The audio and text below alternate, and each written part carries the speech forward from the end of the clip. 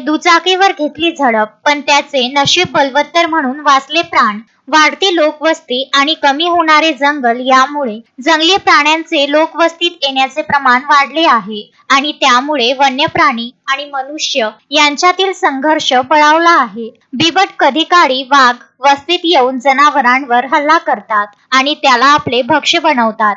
वेळ प्रसंगी ते मानवावर देखील हल्ला करतात. आंध्र प्रदेशमधील तिरुपती येथे रस्त्याच्या बाजूने असलेल्या घनदाट झाडीतून एका बिबट्याने दबक्या पावलांनी रस्त्यावर येत दुचाकी स्वारांवर हल्ला केला. या हल्ल्याचे चित्रीकरण कॅमेऱ्यात कैद झाले आहे. रस्त्याच्या कडेने दुचाकी स्वार कोणत्याही प्रकारचा अल्लडपणा न करता जात होते. अशातच रस्त्याच्या बाजूला असलेल्या घनदाट जंगलातून कोणत्याही प्रकारचा आवाज न करता अन्नाच्या शोधात भटकणारा एक बिबट्या शिकारीसाठी रस्त्यावर आला. रस्त्यावर येताच त्याने दुचाकीवर बसलेल्या 2 तरुणांवर झडप घातली. मात्र बिबट्या या शिकारीत अपयशी ठरला आणि स्वतःच गाडीवर आदळला. लगेच घाबरलेल्या दुचाकी स्वारांनी तेथून पळ काढला. या घटनेचा थरार मागून येणाऱ्या एका बाईक स्वाराने त्याच्या मोबाईलमध्ये चित्रित केला. सध्या हा व्हिडिओ सोशल मीडियावर तुफान व्हायरल होत असून सदर व्हिडिओ आंध्र प्रदेशातील तिरुपती मधील आहे.